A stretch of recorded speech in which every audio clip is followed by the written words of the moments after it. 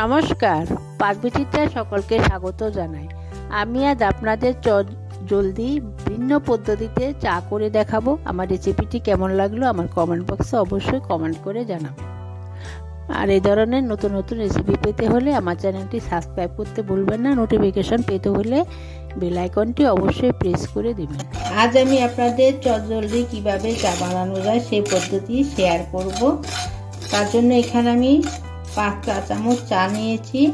এখন আমি চিনি দিয়ে দিচ্ছি 3 চা চামচ। এখানে মিষ্টিটা আপনাদের পছন্দ অনুযায়ী দিতে পারেন। এখন আমি চিনিটা নেড়ে চেড়ে গলিয়ে নেব। অনবরত নাড়তে থাকতে হবে, নেড়ে চেড়ে চিনিটাকে গলিয়ে নেব। চিনি গলে গেছে, এখন আদা আর এলাচটা দিয়ে দিচ্ছি।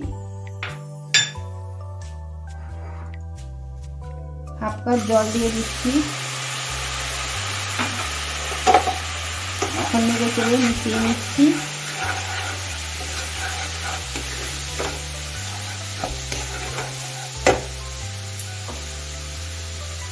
দুধ দিয়ে দিচ্ছি 3 কাপ।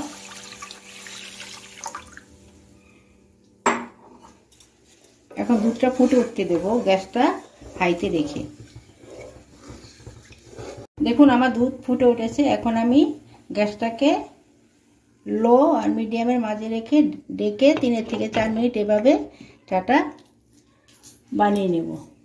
আমার 4 মিনিট হয়ে গেছে। এখন আমি চা নামিয়ে নিচ্ছি। আমার চা তৈরি হয়ে গেছে। এখন আমি সেকে পরিবেশন করব। দেখুন গরম গরম চা রেডি।